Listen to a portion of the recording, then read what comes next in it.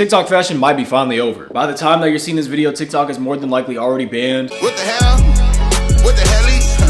What the hell? Or our president is probably going to make another extension for the app. More than likely, I'm seeing the app being banned if it doesn't get sold to a US company. But that's besides the point. That's not what we're talking about. With TikTok facing a potential ban, things are definitely about to change, and not just for creators. Fashion and streetwear itself is going to change as well. Over the last couple years, TikTok has basically dictated what's good and what's not good. All it takes is one viral video, and everyone is wearing the same thing. But with TikTok possibly disappearing, the whole dynamic could shift. In today's video, we're going to be breaking down what fashion would look like without TikTok. Let's go ahead and dive into it.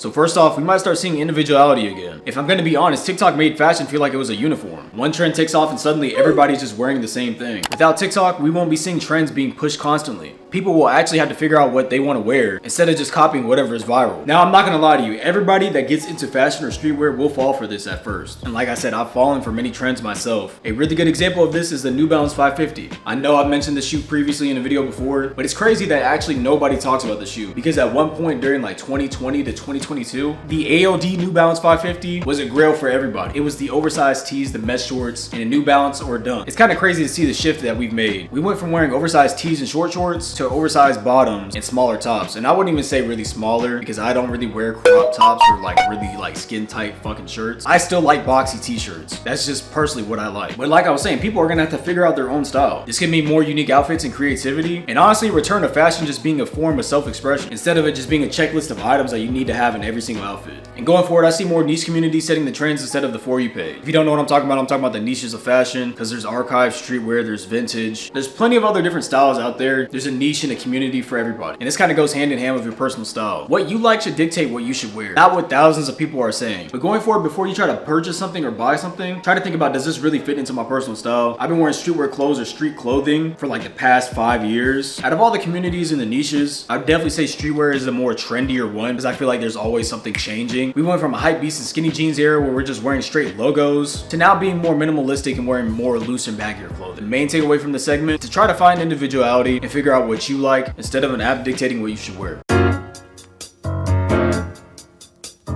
Another big change, if TikTok does get banned, we're gonna see far less trends or micro trends. I mean, if we're being real, TikTok did put us onto some fire stuff, but it also kind of ruined it and also ruined some styles. Clothes that used to have longevity have just gotten played out in weeks because everyone hopped on the trend at the same time. I mean, just think about it. The rise and fall of the Adidas Samba hype and the sudden rise and fall of Corpcore. In 2025, have you seen anybody really talk about Arc'teryx? If I'm gonna be real or be honest with you, if you are not a hiker or an outdoor person, you should not really be wearing this stuff. I'd definitely say a lot of the hype beasts around 2016 to 2018 definitely hopped on that trend. The Corpcore trend is one of the trends I actually did not follow, and mainly because I just did not really see it like fit into my style, and I just know I'm not an outdoor person. I swear to you, all the hype beasts were hopping onto this trend. They're buying $600 shell jackets and them just sitting in the shower trying to flex their jackets.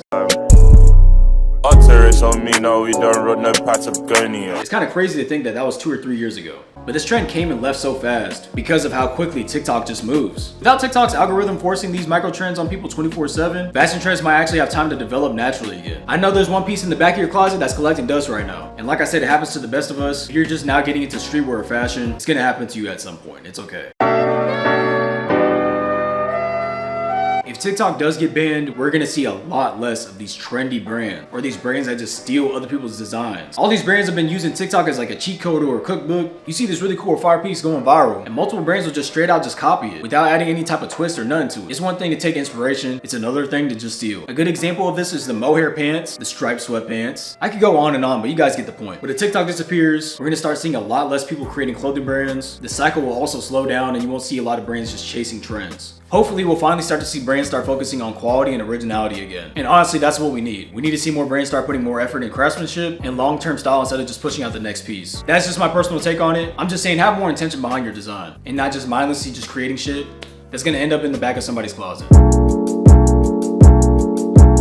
Let's not forget, fashion content is going to change as a whole as well. Without TikTok, people are going to have to go elsewhere for their style inspiration. And maybe even YouTube will be a great place to find inspiration. I mean, that's where I started. I started watching Frugal Aesthetic and started learning about streetwear and fashion back in 2018. I also used to watch Cash K. But of course, there's other platforms like Instagram or Pinterest. Those two platforms have always just been the go-to for getting inspiration. And that's really just for anything. We might even see the rise of forums and communities being brought back again. Basically, this could be a shift back to when fashion communities were actually talking about style and clothing instead of just scrolling through viral videos. And honestly, this might be a good thing. thing. It can bring more depth into fashion content instead of just making buy this, buy that content. And I know I'm a little bit guilty about this. Y'all know I don't gatekeep. If y'all ask where I got something, I'll tell you, or I'll try to put you onto some fire brands I like personally. With that being said, is TikTok fashion dead? Maybe, but that's not a bad thing. We could be looking at a future where people actually dress for themselves, trends last way longer, and hopefully we'll see far less brands copying each other. What do y'all think? Will fashion improve without TikTok, or will it just move to another platform? Let me know in the comments below. Don't forget to like the video and subscribe. Also hit that bell so you get notified every time I post. I'm gonna catch you guys in the next one. Stay fly.